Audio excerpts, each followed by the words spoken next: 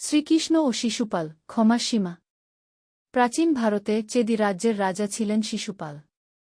তিনি ছিলেন পাণ্ডবদের মামা এবং একজন পরাক্রমশালী রাজা, কিন্তু একসাথে অত্যন্ত অহংকারী ও দুর্ব্যবহারী। শ্রীকৃষ্ণের প্রতি তার ঘৃণা ছিল চরম, যদিও শ্রীকৃষ্ণ ছিলেন তার দূরসম্পর্কের আত্মীয়। শিশুপাল জন্মের সময় তার 3টি চোখ ও 4টি হাত ছিল। রাজা ও রানী এতে ভয় পেয়ে ঋষিদের ডেকে পাঠান। এক ঋষি ভবিষ্যদ্বাণী করেন, এই শিশুর অতিরিক্ত অঙ্গগুলি এক বিশেষ ব্যক্তির কোলে পড়লেই স্বাভাবিক হয়ে যাবে, তবে সেই ব্যক্তির হাতেই একদিন শিশুপালের মৃত্যু হবে। একদিন শ্রীকৃষ্ণ শিশুপালকে কোলে নিলে সঙ্গে সঙ্গে তার 3টি চোখ ও অতিরিক্ত হাত অদৃশ্য হয়ে যায়। শিশুপালের মা শ্রীকৃষ্ণের ফুফু কাঁদতে কাঁদতে কৃষ্ণকে অনুরোধ করেন, তুমি যেন তাকে মার না, যত দোষী করুক না কেন। শ্রীকৃষ্ণ বলেন, আমি তাকে 100 বার ক্ষমা করব, তারপর যা হবার হবে। বহু বছর পর রাজসূয় যজ্ঞে যুধিষ্ঠির অতিথি সম্মান অর্থাৎ আগ্রহ পুরুষ হিসাবে শ্রীকৃষ্ণকে সম্মান দিলে শিশুপাল চরম অপমানিত বোধ করে।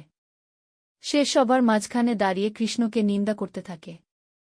রাজসভায় সকলের সামনে সে শ্রীকৃষ্ণকে গালি দিতে শুরু করে, দেবতাদের, ধর্মকে, এমনকি পাণ্ডবদেরও অপমান করে।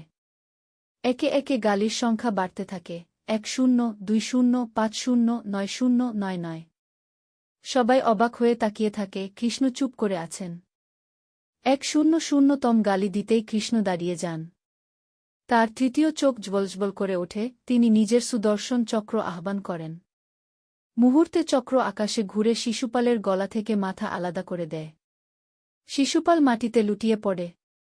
সেই মুহূর্তে সবার বিস্ময়ের মধ্যেও এক অলৌকিক দৃশ্য ঘটে, শিশুপালের আত্মা জ্যোতির্ময় আকারে উঠে গিয়ে কৃষ্ণের পায়ে লীন হয়।